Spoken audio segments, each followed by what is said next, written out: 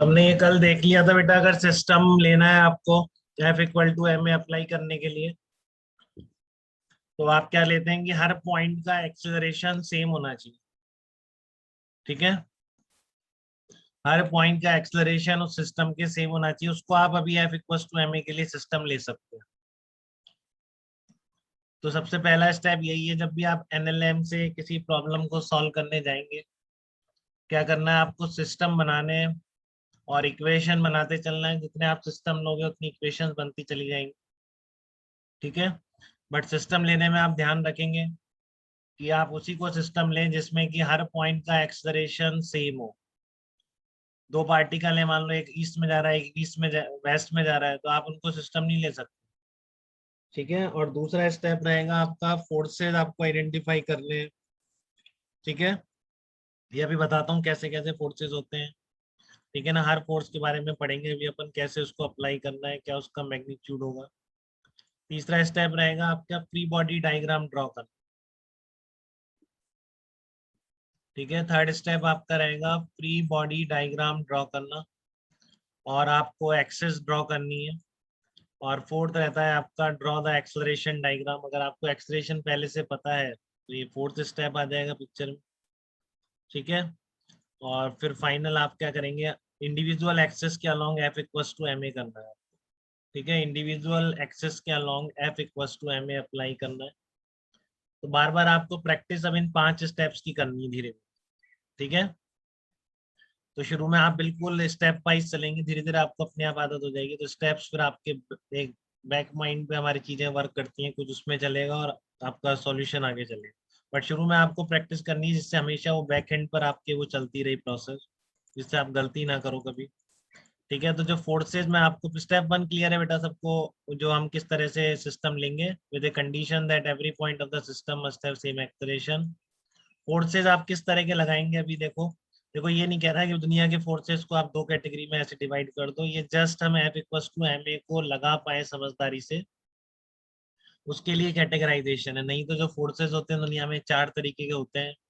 वो एससीबी का जो द फोर्सेस करके चैप्टर है उसमें दे रखा है, gravitational force, nuclear force, weak force, electromagnetic force. ठीक है, तो वो चैप्टर में दे रखा है, आप पढ़ सकते हैं वहां से अगर चाहते हैं तो। नहीं, रिक्वायरमेंट नहीं है उसकी। ठीक है, फोर्सेज हमारे लिए हम अभी F equals to m a apply करने के लिए दो कैटेगरीज में कर रहे हैं, contact forces and non contact force. तो नॉन कॉन्टैक्ट फोर्सेज में अभी ग्रेविटेशनल फोर्स ही रहेगा, जिसको आप एमजी बोलते हैं। बाकी फिर हम 12th क्लास में इलेक्ट्रोस्टैटिक कर और वो इलेक्ट्रोस्टैटिक फोर्सेज, मैग्नेटिक फोर्सेज, ये सब आएंगे, जो बिना ऑब्जेक्ट के कांटेक्ट में आने पर भी वर्क कर सकते हैं। ठीक है, अभी हमारा नॉन कांटेक्ट फोर्स एक ग्रेविटेशनल फोर्सेज है। और कांटेक्ट फोर्सेज में हम 1 बाई 1 सब देखेंगे। सबसे पहले हम ये देखेंगे, उसके बाद नॉर्मल फोर्स क्या होता है, टेंशन क्या होता है, स्प्रिंग फोर्स क्या होता है। ठीक है, बस ये चैप्टर यही खत्म हो जाएगा। नेक्स्ट चैप्टर में हम पूरा फ्रिक्शन के बारे में पढ़ेंगे। ठीक है, नेक्स्ट चैप्टर हमारा पूरा फ्रिक्शनल फोर्स के अबाउट रहेगा। ठीक है, तो अब सबसे पहले अगर ग्रेविटेशनल फोर्स की बात करें, क्योंकि सेकंड स्टेप है ना कि आपको फोर्सेस आइडेंटिफाई करना है, तो आपको पहले तो ये पहचानना है कौन सा फोर्स है, नॉर्मल है या टेंशन है या ग्रेविटेशन है। ठीक है, वो सारे फोर्सेस पहचानने हैं। फ्री बॉडी डायग्राम में आपको सारे फोर्सेस दिखाने होते हैं, कैसे दिखाने होते हैं और धीरे धीरे अभी सीखते हैं अपन।